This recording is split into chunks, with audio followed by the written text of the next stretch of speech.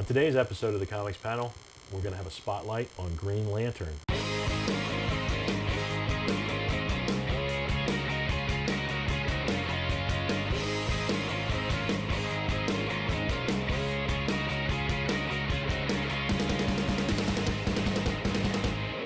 All right, today we're going to talk a little bit about Green Lantern and several different ones.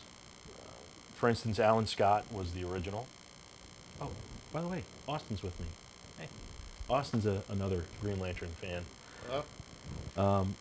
And we know that Alan Scott was the Golden Age Green Lantern.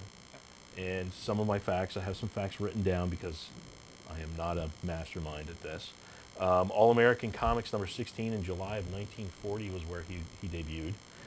I'm going to just touch a little bit on him. And I think you know a little bit, and I had to research a little bit. According to that storyline, or the story of Alan Scott and his Green Lantern ring, it was forged from a meteor that fell from space, obviously, and it contained the mystical green flame. And a lantern was forged out of this meteor, as well as his ring, if I recall correctly. And he fought crime as the Green Lantern with a red shirt and a black cape. But unlike Hal Jordan's Green Lantern, Alan Scott's weakness was, do you know what it was? Wood. Wood. Anything made out of wood. And he could fly and walk through walls and do all kinds of things, but he couldn't walk through a wooden wall because it was his weakness. Here's an interesting tidbit. His name was chosen by his creator, Martin Nodell, by flipping through the New York phone book and picking two names that he liked, and he picked Alan Scott. He was part of the Justice Society. In 1941, he got a sidekick named Doiby Dickies. Doiby Dickies. And in 48, he got a canine sidekick named Streak, who was so popular he even had his own storylines here and there. They canceled. Did they have power rings as well? Doiby did not. No, Doiby was just this pudgy little dude that wore a Doiby. Yeah. Streak, I'm not entirely sure. I didn't research Streak. I was only going to spend a little time on. It's interesting. And we'll have to look into that. Yeah. Maybe we can do a whole Streak episode. We could. With our clothes on. Right. And his series was canceled in 1949. Then All-Star Comics 57 was his final appearance, and that was in 1951. He did appear again in Silver Age comics with The Flash 137 in 1963, and that was the first mention of a parallel universe and other worlds. Then in 1959, during the Silver Age, who came along? Who's our Hal favorite Jordan. Lantern? Hal Jordan. In Showcase 22. Not Ryan Reynolds, the real Hal Jordan. Okay. And he came along in Showcase 22. And he was created by John Broome and artist Gil Kane. And he was brought into DC Comics as part of a Green Lantern Corps. They are intergalactic space cops.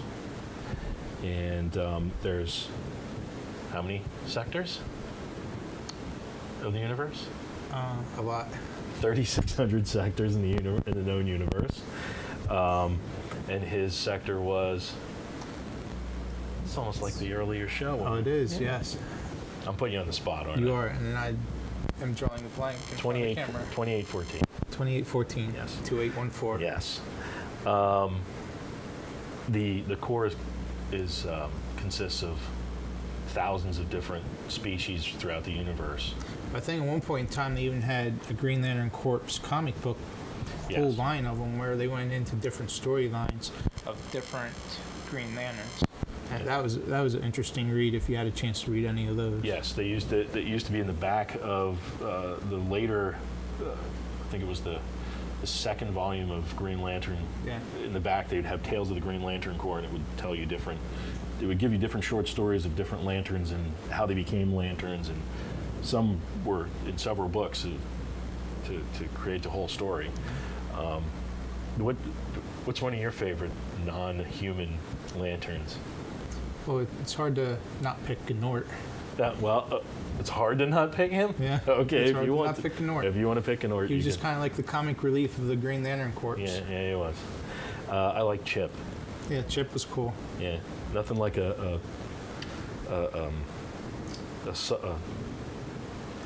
can't think of the word I'm looking for. He was Squirrel. He was a squirrel, but he had an attitude. Yeah. Nothing like an attitude with a squirrel, an attitudinal squirrel with a power ring. That's I kind of like Guy Gardner too, especially when him and Batman got into it. yeah. He teased Batman all the time, and at one point he You're teased gonna him to the tick off much. all the Batman Yeah, fans right now. well, aren't you? Yeah. Okay. Go ahead. Batman hit him with one punch and knocked him out. Then everybody started busting on Guy Gardner, like, "Oh, one punch! It's all it took."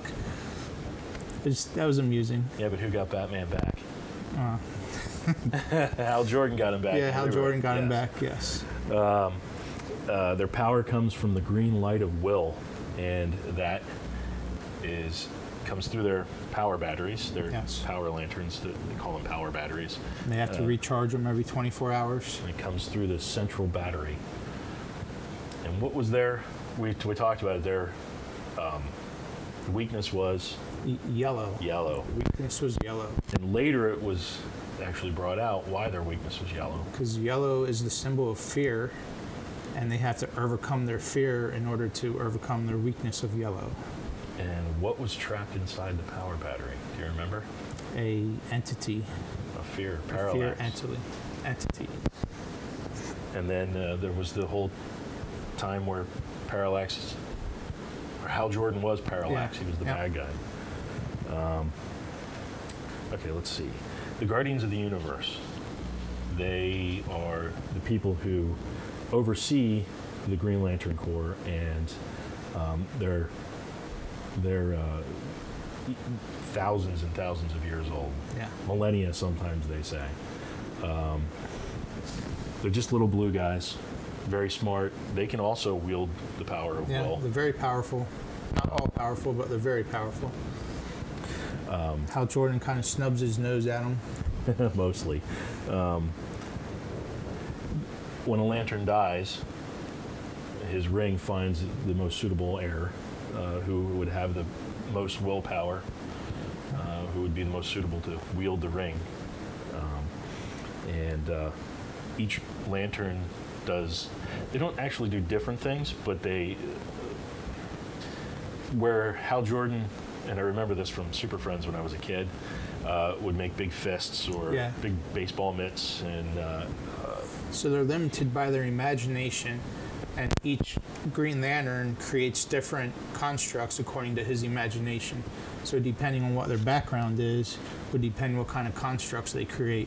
and by constructs, we didn't really go into that. No. They use the green light to create solid constructs From their rings.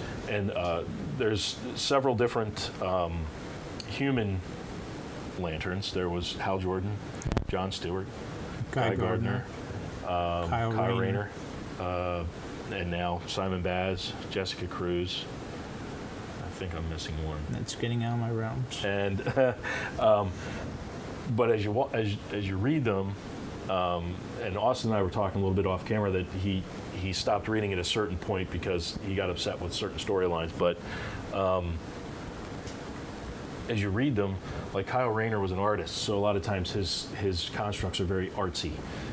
John Stewart was a Marine who was a very disciplined Marine, and he was an architect. Yeah. So his constructs are very tight and formed and very precise.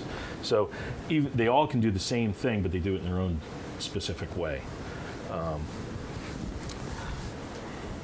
me see. There was something I wanted to touch on, and I can't remember.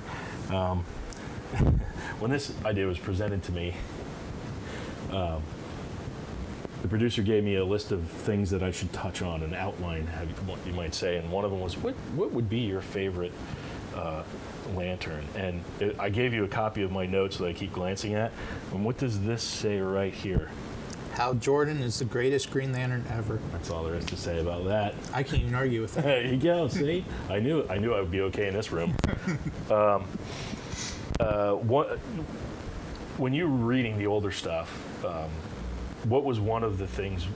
What was one of your favorite storylines? What happened? I think the creation of Sinestro is one of my favorites, and I actually felt bad for Sinestro because he was almost forced into the villain role.